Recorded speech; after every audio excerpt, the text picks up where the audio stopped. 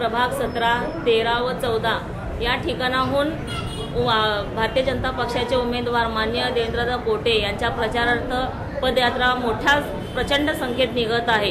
तर या यात्रेसाठी सबळ संख्या ही जमा झालेली आहे। आम्ही प्रत्येक एरियामध्ये फिरत आहोत। दादांना एवढा प्रतिसाद चांगला आहे, खास करून महिलांचा, की लाडकी बहिणी योजनेमुळे महिलांना सक्षमीकरणासाठी बळ देण्यात आलेला आहे। महायुती सरकार हे चांगलं सरकार आहे, जे महिलांचं सक्षमीकरणाचं कार्य करीत आहे।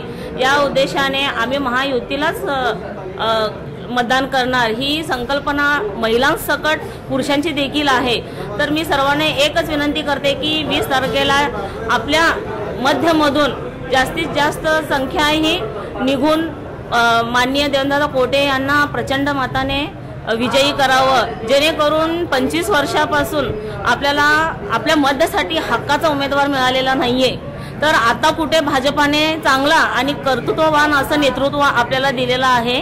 तर त्याची लोकांनी चांगली पूर्तता करून लोकांनी चांगलं एक कर्तृत्ववान नेतृत्व उभं करायचं, पुढे आणायचं आहे। आणि आपण